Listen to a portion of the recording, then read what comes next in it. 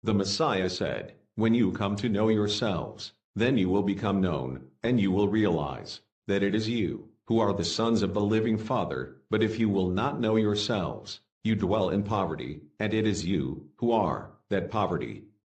Admin.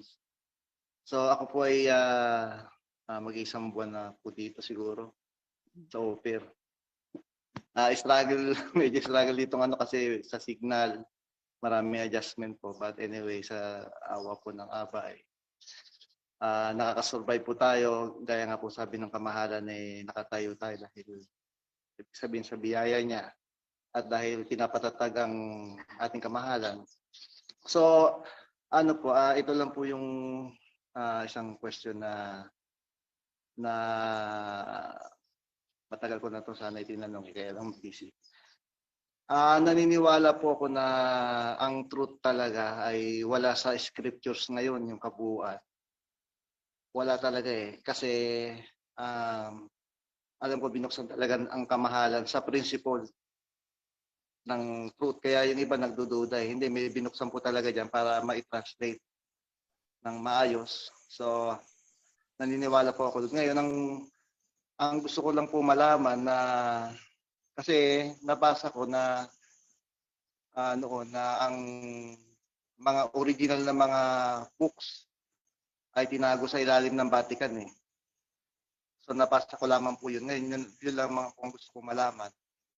Kung yung original talagang scripture din ay tinago doon. Kasi parang ang library na yun ang pinakamalaki sa buong mundo Dahil yung gold ang ginagamit doon sa ilalim para maseleksi kung ano yung mga nakatagong mga sinulat ng lahat ng tao, parang ganun. So yun lang po ang malaman ko kung existent pa po ba yun. Yung mga tunay na scriptures po talaga. Yun lang po. Yes. Hello po.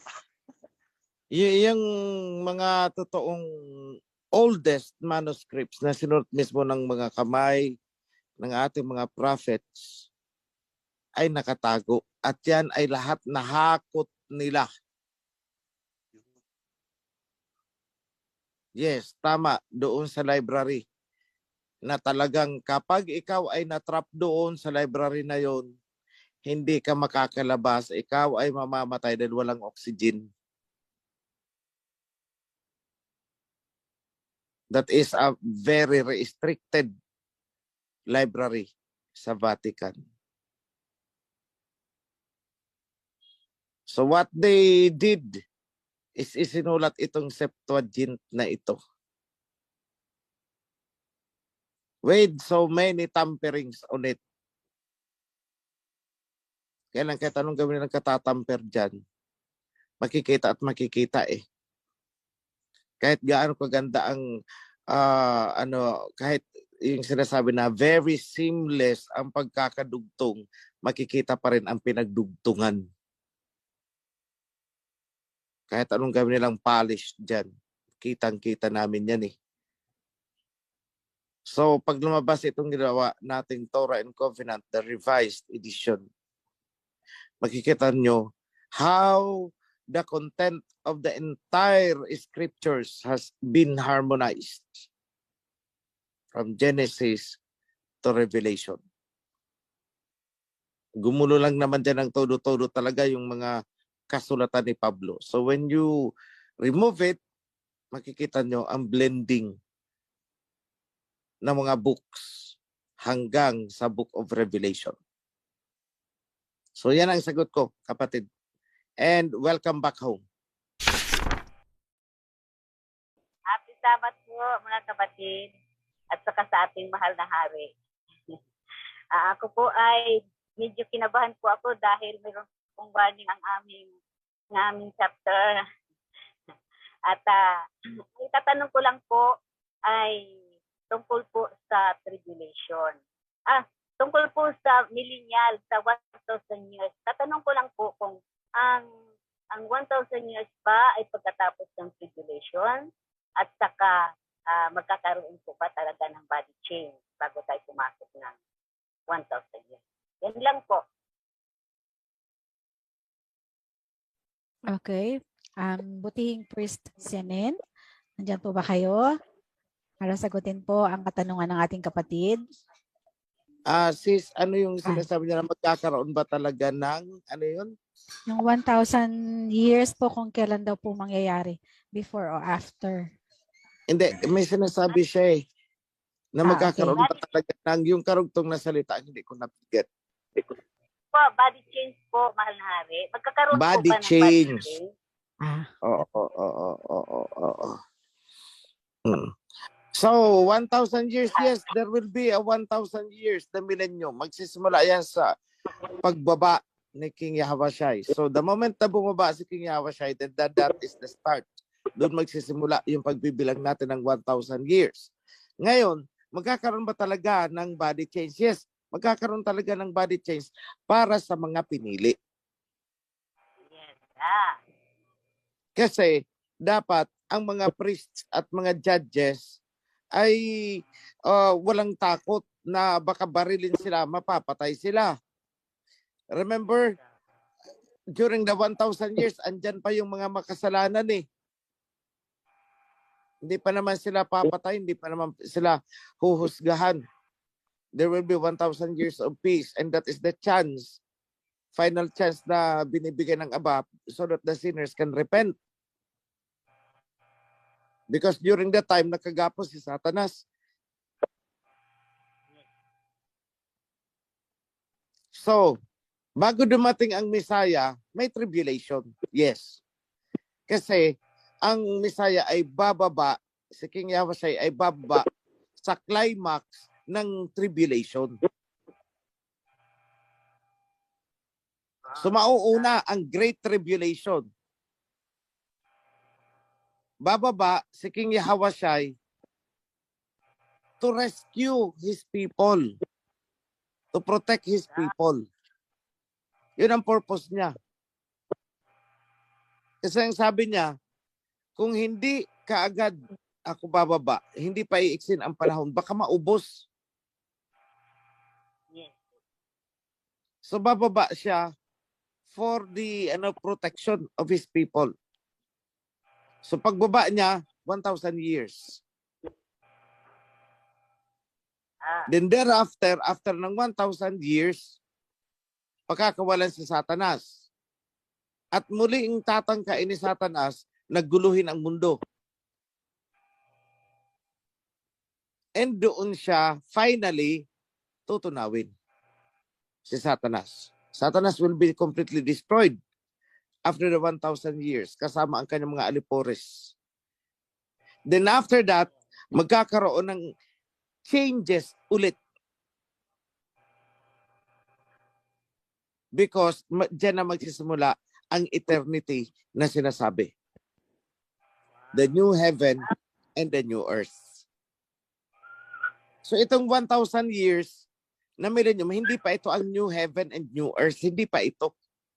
Ang new heaven and new earth, magsisimula yan after the 1,000 years na.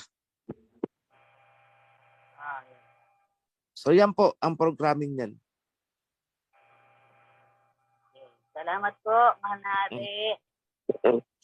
Please. Mapagpalang araw po sa ating lahat. Katanungan ko lang po, bago po ang katanungan, maraming salamat po kay Haring Oetsi at sa lahat ng bumubuo ating kingdom po Oetsi. Meron po kasi akong naka-encounter na nagsasabi po kasi mas mapalad pa daw ang hindi nakakakilala sa Aba na gumagawa ng naayon sa kalooban niya kaysa sa mga nakakakilala, ngunit labag naman sa kalooban ng alayan ang kanilang ginagawa. Meron po ba, kasi ang inaano ko po kasi tayo po, ginagawa na po natin ang parahan, obedience, at maging righteous po tayo. Sila po, nasa labas ng kawan. Ano po ang na para sa kanila pagpapala para kay galing kay Aba? Yun lang po. Meron pa po bang pagpapala para sa kanila? Meron po. Yun lang po. Yung mga nasa labas Salamat ng po. kawan, nasa labas ng covenant, wala naman akong nabasa na special para sa kanila. Although sinabi ng Messiah that the sun shines for both the wicked and the righteous. Ibig sabihin, fair.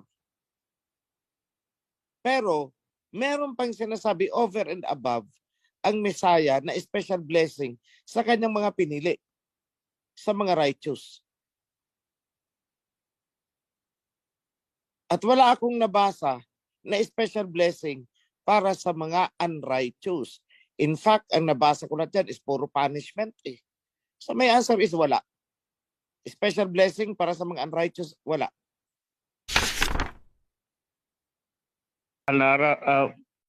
Magandang araw, mahal na Ari.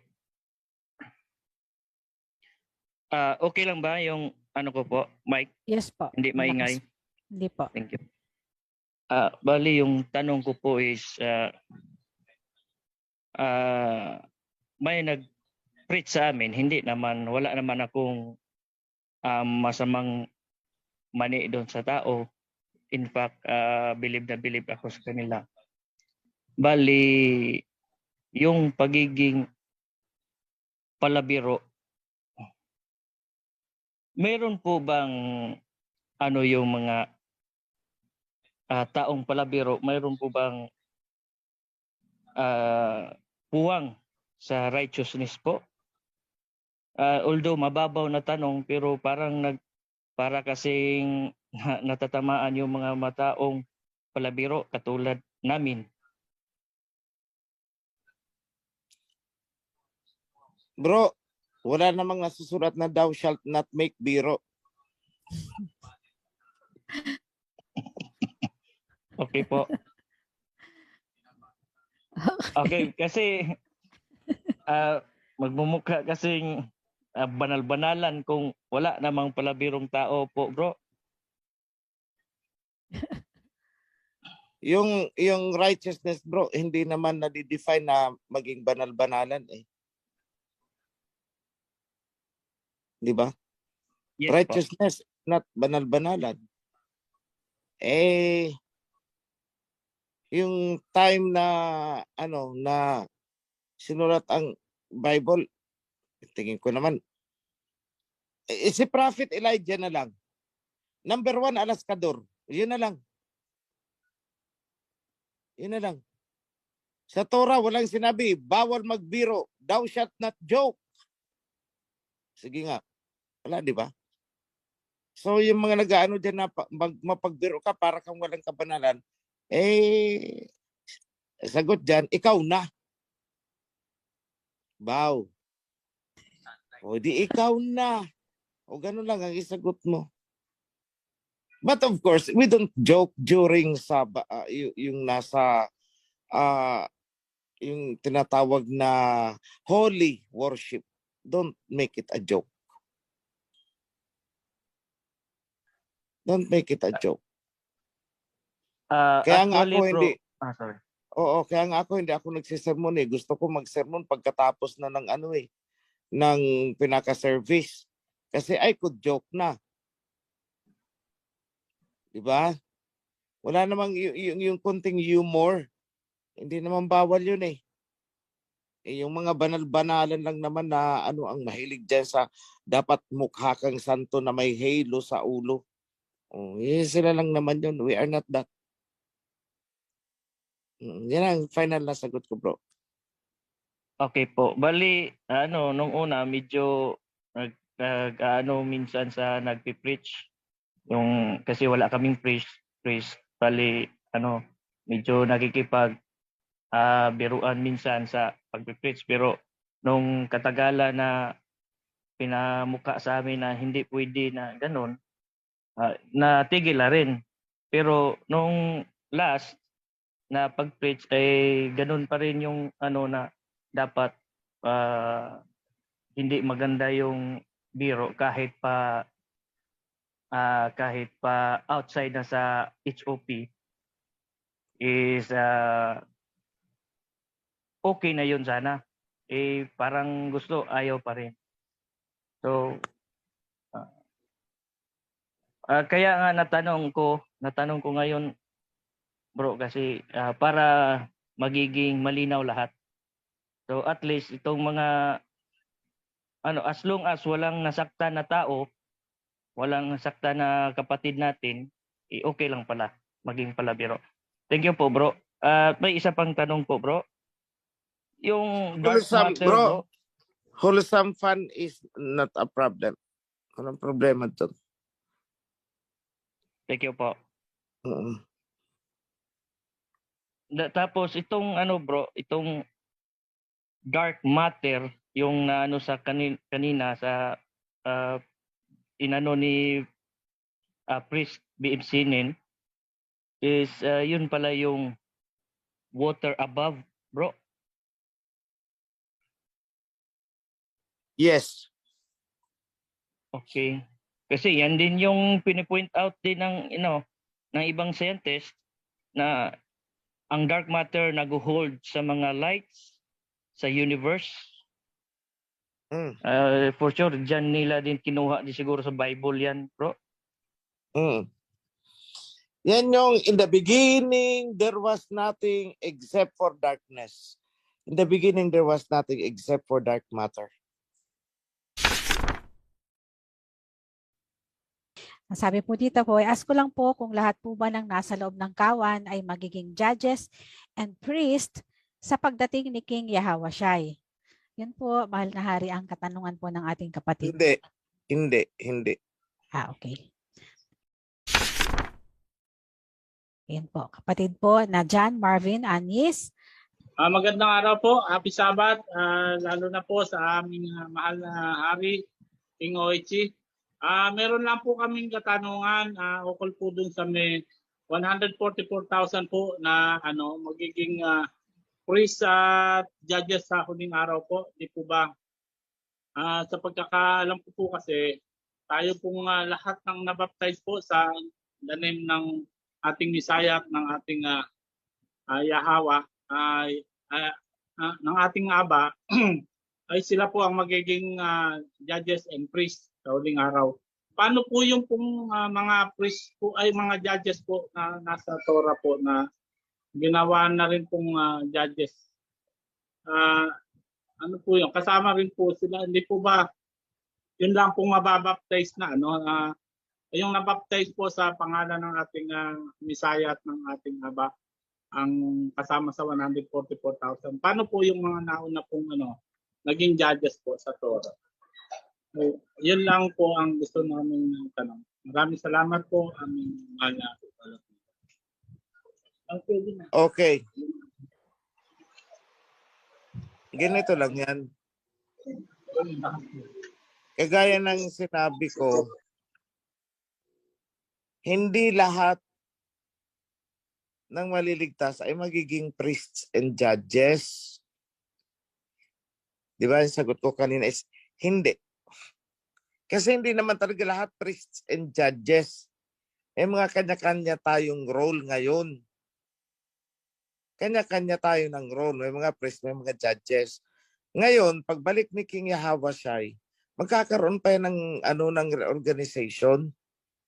Kasi ito is interim government lang ito. The final na kingdom na sinasabi, and in the new heaven and new earth will be a different setup. So hintayin na lang natin kung tayo ay maging priest or judges. As of this time, sumunod lang muna tayo. Huwag na muna nating yung i-aspire kung tayo magiging priest o magiging judge. Let's wait and see. Let's wait and see. As of this time, let us just stay within the covenant. Pero ang ko talaga dyan, in the interim government, not everyone can be priests and judges. Kaya sabi ko kana, hindi lahat. Because kanya-kanya ng role yan. So pagdating ni King Yahawashai, then there will be a reorganization. We will see how he will do it. Ano ang way niya. Ganun na lang ang point natin dyan. Pero ang nasusulat, there will be priests and judges. Okay? Kapatid, Okay naka-mute po. po kayo. Ayan, okay. Salamat po, mahal na Hari. Happy Sabbath. Okay po. Salamat po. Happy Sabbath din po sa inyo mga kapatid. Since wala pa pong nakataas ng kamay, meron po tayong katanungan muli po sa Facebook Live. Ito po ang katanungan niya, mahal na Hari. Galing po sa ating kapatid na si Don Suba Bernabe. Ako po may tanong, kasama pa po ba o mapapasama po ba sa Torah ang Covenants Revised Version? Ito po ay corrected version natin, yung mga non-canon books like Jasher, Jubilees at iba pa po. Marami pong salamat. No, not yet. Okay po. Narinig mo po, kapatid na doon, hindi po kasama. Ito naman po ay galing kay June Tige. Pagpalang araw ng Sabat sa ating lahat mga kapatid sa kawan, lalo na sa ating haring OHC at sa lahat ng mga priest. Tanong ko lang po, ito po ang tanong niya, bakit po hinayaan ng mahal na Aba Yahweh na baguhin ni Pablo ang kanyang mga banal na kautusan sa ating mga ninunong Israelita na siyang naging sanhi ng pagkawatak-watak ng tamang pagsamba sa Aba? Yun lamang po, Shalawam.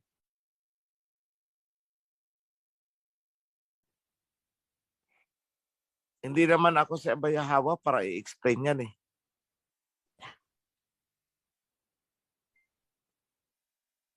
Okay po. Di ba? Opo. So I cannot answer.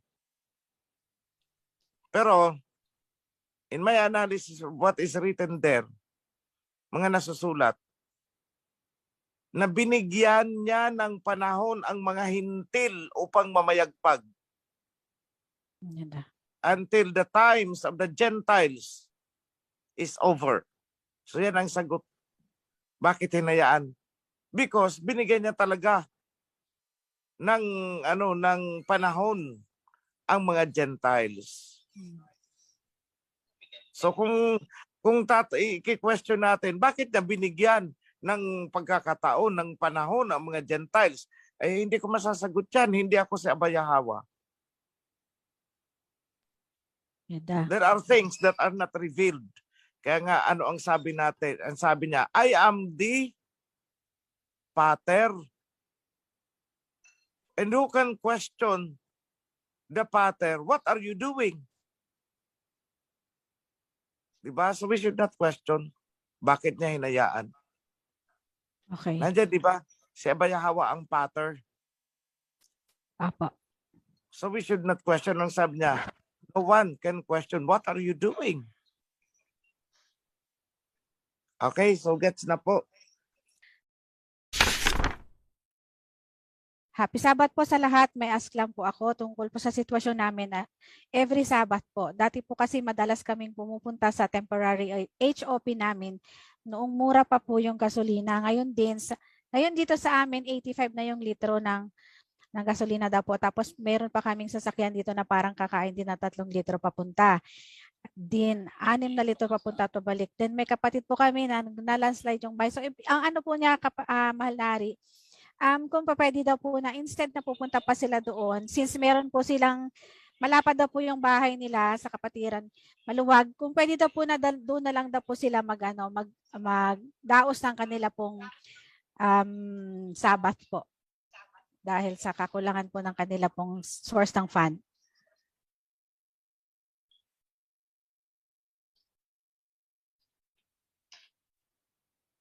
Pwede naman yan. Pero best effort lang ang masasabi ko. Ayaw ko kasi yung alam mo ganito kasi yan eh. Kapag sinagot ko yan ng yes at naririnig ng iba, ang isasagot nila, pwede naman pala sa bahay na lang tayo. Hindi nila nakikita na ang yes ko is depende sa sitwasyon ng isang tao. Kaya nga sabi ko sa inyo, ang sagot ko lagi is depende sa kaharap ko. Ang isasagot ko dyan is best effort ninyo. Gawin ninyo kung anong nakakaya ninyo, anong makakaya ninyo. So, more of gawa ng paraan rather sa gawa ng dahilan. Yada. Yun lang, sagot ko dyan. Okay po. Gawin ninyo ang makakaya ninyo. So I won't say yes. Gawin ninyo ang makakaya ninyo. Kung hanggang saan aabot ang makakaya ninyo para kayo magkatipon-tipon sa tamang lugar.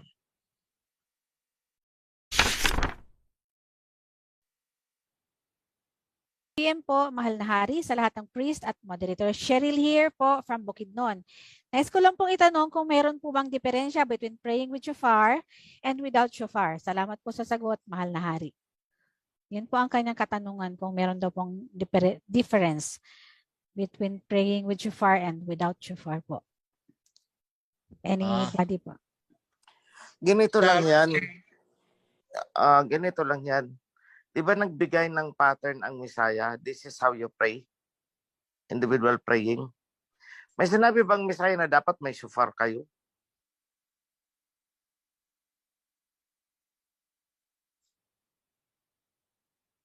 May sinabi ba ang Messiah na this is how you pray? Para sa individual praying ninyo? Wala po. Na dapat may shofar kayo? Di ba nung sabi, pumasok ka sa iyong kwarto. Huwag mo ipapailam sa iba na ikaw ay nagpipray. And pray in secret. O hindi na secret yun kung nagsushofar ka pa. Bago mag-pray. Yada. Okay. So, Kapatid. that is a lot of common sense na lang na ituro na natin ang principles of praying. Ngayon, itong may shofar, congregational praying yan sa house of prayer. Iba yan. Okay po. Okay po. Salamat po, mahal na hari. Ngayon naman po ay isa po uling katanungan. Bubuhat po sa text na lang po ito. Since po tungkol sa righteousness, sa kingdom ang topic, gusto ko po sanang itanong. Ito naman po ay isa pa pong katanungan, kapatid. As naman po kay mahal na hari, itong verse na ito, clarify lang po. Sa Revelation 20 verse 5, but the rest of the dead lived not again until the 1,000 years were finished. This is the first resurrection. Ang mga iba sa mga patay ay hindi nangabuhay hanggang sa naganap ang 1,000 taon. Ito ang unang pagkabuhay na maguli. Ito po ba ay, isa po ba ito sa may error translation? Parang ang sinasabi po kasi dyan, ang 144,000 ang unang binuhay.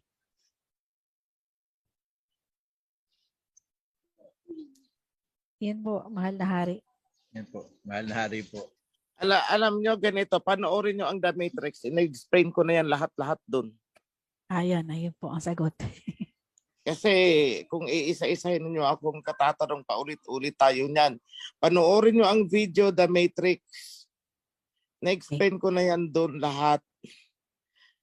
Oh, yung ano na yan, yung 144 na yan, pwedeng ang iba dyan ay buhay na aabutan, ang iba ay patay na bubuhayin.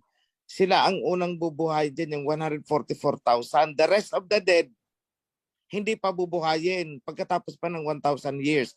I explained already that sa The Matrix. Ulitin nyo na lang po yun. Everything na kailangan ninyong malaman na andun po, may visual aids pa doon.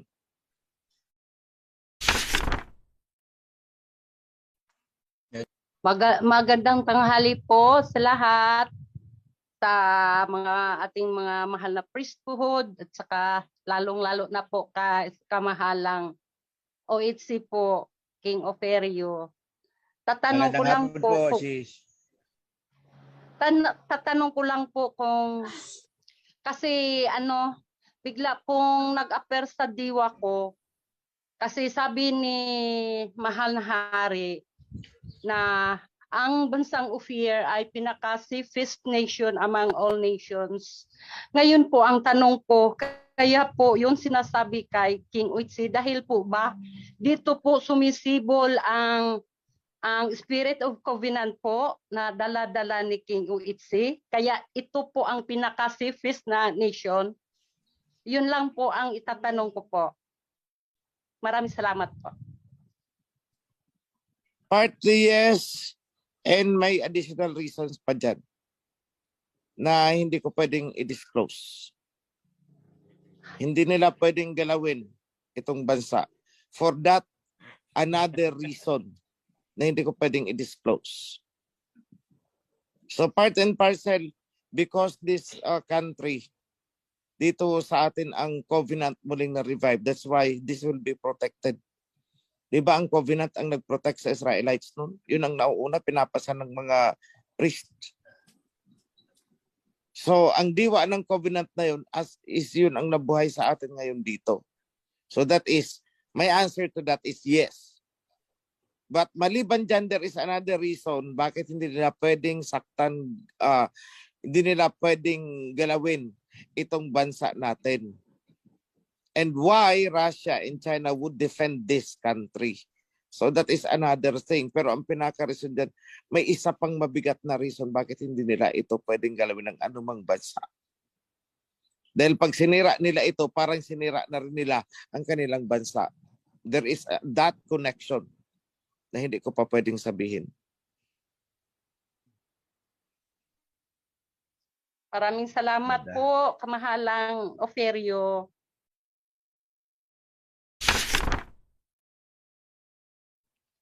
Okay. Thank you very much, mga kapatid. Sa pangalan ng ating Aba Yahweh and King Yahweh Shai, pinapaabot ko sa inyo lahat ang pagpapala mula sa pinakamataas, pababa, hanggang sa mga chapters, hanggang sa inyong mga pamilya. Be blessed everyone in the name of Aba Yahweh and King Yahweh Shai. Yada Shalom.